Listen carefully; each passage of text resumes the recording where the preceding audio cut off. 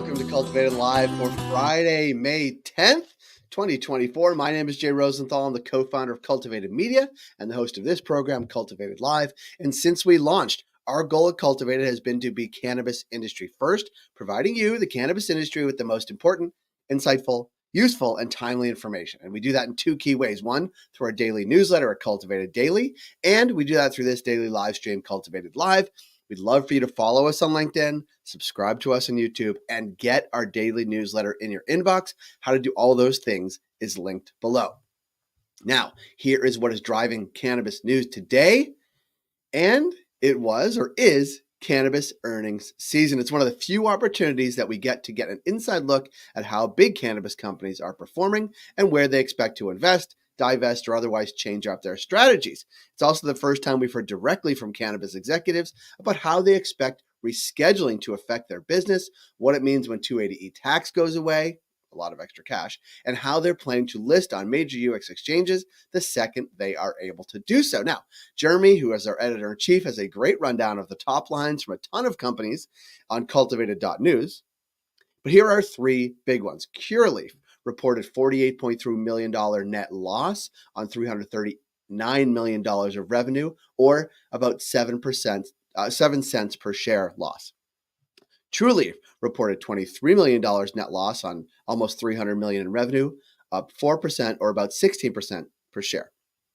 Green Thumb Industries had a knockout quarter, posting $31 million in profit on $276 million in total revenue, about 11% up a year over year. Now, here's why it matters. This quarter was yet another reminder that there really are big three U.S. cannabis companies: Curaleaf, Trulieve, and Green Thumb. Of those, GTI was the only profitable one of the three, but all showed promising revenue growth. That being said, there are promising signs of an industry turnaround, especially the top-line revenue growth and narrowing losses in what is historically the weakest sales quarter of the year. Jeremy has three key takeaways. One is about 280E. Now, every company expects rescheduling to happen, and they expect 280E tax to vanish as a result. They're all strategizing about how to claim refunds over the past years, as Trulieve has tried, and they're all talking up how much more free cash flow they'll have to invest in their business or even buy up other companies. NASDAQ. Most executives say they're actively looking to list on NASDAQ, which already lists Canadian cannabis companies, as soon as they are able. We've written about why that's so beneficial for U.S. cannabis companies, so head on over to cultivated.news, take a read of that. And finally, hemp-derived beverages are the new pre-rolls. Low-dose hemp-derived THC beverages, which aren't subject to the same restrictions as regular THC, are going to be the next big thing, or so executives think. A lot of them are saying it's a Trojan horse effect, where hemp-derived beverages show up on store shelves first, and then cannabis is normalized as a result. I think they're probably referencing what's happening in Minnesota mostly. And so you saw Curaleaf and Goodness Growth said they're actively looking to launch hemp-derived drinks, and that's it for earnings. So here are some quick hits. States that have legalized cannabis have reported over $20 billion in cannabis tax revenue, according to the pro-legalization nonprofit Marijuana Policy Project. To Colorado, where Colorado dispensaries will now be able to sell food as long as these sales don't account for more than 20% of revenue. This according to a story in MJ Biz Daily.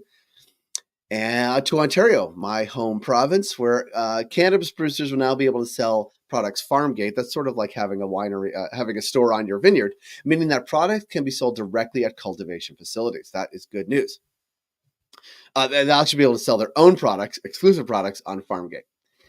Wisconsin Governor Tony Evers, he's a Democrat, says he's hopeful the state will legalize cannabis if Democrats take control of the state's legislature. He said that Wisconsin's surrounded by states with legal cannabis and that his administration has been working hard over the past few years to make it happen. You may recall at the beginning of the session, it looked like it was going to happen with a Republican-backed bill, but then it died. And so we'll have to wait till next session after the next election.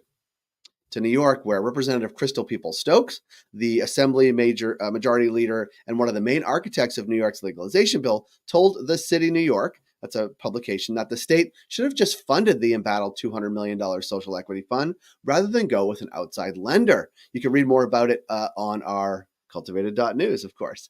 And in other New York news, the state is awarding 28 new licenses per month and has opened 119 dispensaries total, according to analysis from attorney Jeff Schultz.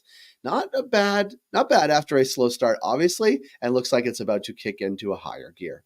And that is what is driving the cannabis news today. Thank you for joining us here on Cultivated Live. We encourage you to subscribe to our daily newsletter at cultivated.news. Follow us on LinkedIn. Smash the subscribe button on YouTube. We'll be back here on Monday at 10 a.m. Eastern, right here on LinkedIn and YouTube.